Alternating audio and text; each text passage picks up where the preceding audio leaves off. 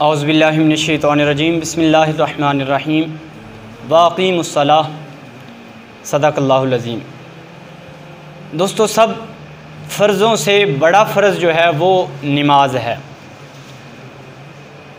चूँकि कुरान करीम में मुतअद्दिद मकामात पर इसके बारे में हुक्म है और नबी करीम सल्लल्लाहु अलैहि वसल्लम के फ़रामीन बहुत ज़्यादा इसके बारे में हैं कि नमाज जो है वो इंसान पढ़े। और अगर कोई बंदा फ़र्ज़ नमाज को ही नहीं मानता या इसको हल्का मानता है तो वो बंदा दायरा इस्लाम से ख़ारिज है। और अगर कोई बंदा नमाज को फ़र्ज़ तो मानता है लेकिन पढ़ता नहीं है तो वो बंदा गुनहगार होगा। और दूसरी चीज़ इसमें है कि अगर बच्चे की उम्र 7 साल हो जाए उसको नमाज पढ़ने का तरीक़ा बतलाया जाए, और अगर बच्चे की उम्र 10 साल पहुंच जाए तो उसको ज़बरदस्ती यानी मार पिटाई करके भी उससे नमाज पढ़वाई जाए।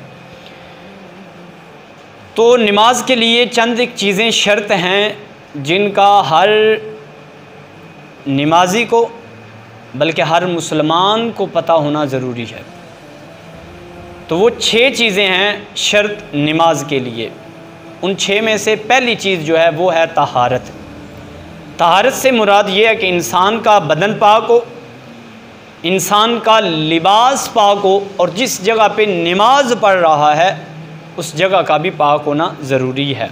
तो इससे मुराद ये है कि ये जगह, लिबास, बदन पेशाब वगैरह से पाक हो, पखाना, खून, शराब, गोबर, लीद और मुर्गी की बीठ वगैरह इस पे ना लगी हुई हो। और नमाजी जो है वो बेगुसल और बेवुज़ू नमाज नहीं पढ़ सकता। तो ये पहली शर्त थी तहारत। और दूसरी शर्त है सत्रे औरत। सत्रे औरत कहते हैं कि जिस्म को ढांपना। मर्द के लिए अलहदा हुक्म है, औरत के लिए अलहदा हुक्म है। मर्द के लिए जो हुक्म है वो है कि नाभ से लेकर घुटनों तक ये उसका जिस्म जो है वो नमाज की हालत में ढका हुआ हो, और औरत का पूरा जिस्म ही सत्रे औरत में शुमार होता है। सिवाय इन 3 चीज़ों के अगर ये ना भी ढकी हुई हों तो उसकी नमाज में कोई हरज नहीं है। तो वो पहली चीज़ जो है वो है औरत का अगर चेहरा नज़र आ रहा है, ढका हुआ नहीं है, तो नमाज में कोई हरज नहीं है। इसी तरह उसके हाथ जो हैं वो ढके हुए नहीं और पाँव जो हैं वो टखनों से नीचे नीचे ढके हुए नहीं हैं तो कोई हरज नहीं है। तो ये 2 चीज़ें, 2 शर्तें हो गई। अब तीसरी शर्त जो है वो है वक़्त का होना। क्या है, हम फजर की नमाज़ पढ़ रहे हैं, ज़ोर, असर, मगरिब, इशा, इन 5 नमाज़ों के अलहदा वक़्त जो मुकर्रर कर दिए गए हैं, तो हमें उन औकात का भी पता होना ज़रूरी है। तो पहला है फजर। फजर का टाइम जो स्टार्ट होता है, शुरू होता है सुबह सादक से लेकर सूरज के निकलने से पहले तक फजर का वक़्त है।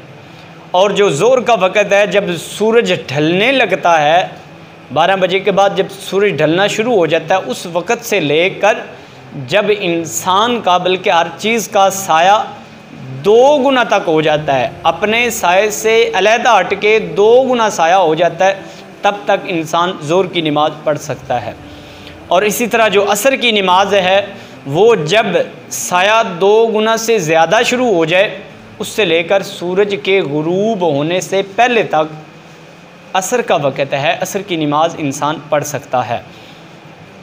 आगे चौथी नमाज जो है मगरिब की, जब सूरज गुरूब हो जाता है, गुरूब होने के बाद से लेकर जब तक सफ़ेदी रहती है, और दूसरे लफ्ज़ों में आप देखेंगे अगर मतला साफ़ है तो हल्की हल्की रतकन सी रहती है, तो जब तक वो रतकन या सफ़ेदी रहती है तब तक इंसान मगरिब की नमाज़ पढ़ सकता है। और 5वीं जो नमाज है, जब वो सफ़ेदी या रतकन गायब हो जाती है तो उससे लेकर सुबह सादक शुरू होने से पहले तक जो है वो इशा की नमाज़ पढ़ी जा सकती है। तो ये तीसरी शर्त थी वक़्त। और चौथी शर्त है इस्तक़बाले क़िबला, यानी कि नमाज के वक़्त, नमाज के दौरान इंसान का जो रुख है, मुँह है, वो क़िबला शरीफ की जानब हो। तो ये चौथी शर्त। और 5वीं शर्त नियत का होना कि आया हम फ़र्ज़ पढ़ रहे हैं, सुन्नतें पढ़ रहे हैं, वाजिब पढ़ रहे हैं या नवाफिल पढ़ रहे हैं, क्या चीज़ पढ़ रहे हैं, इसके लिए नीयत का होना ज़रूरी है। तो पाँचवीं शर्त जो है वो नीयत। और छठी जो शर्त है वो तकबीर तहरीमा, ये इसको तकबीर तहरीमा कहते हैं। हथेलियाँ बिल्कुल सीधी हों और किबला की जानिब हों और अल्लाह अकबर कह के हाथ बांध लेना, ये जो अल्लाह अकबर है इसको तकबीर तहरीमा कहते हैं।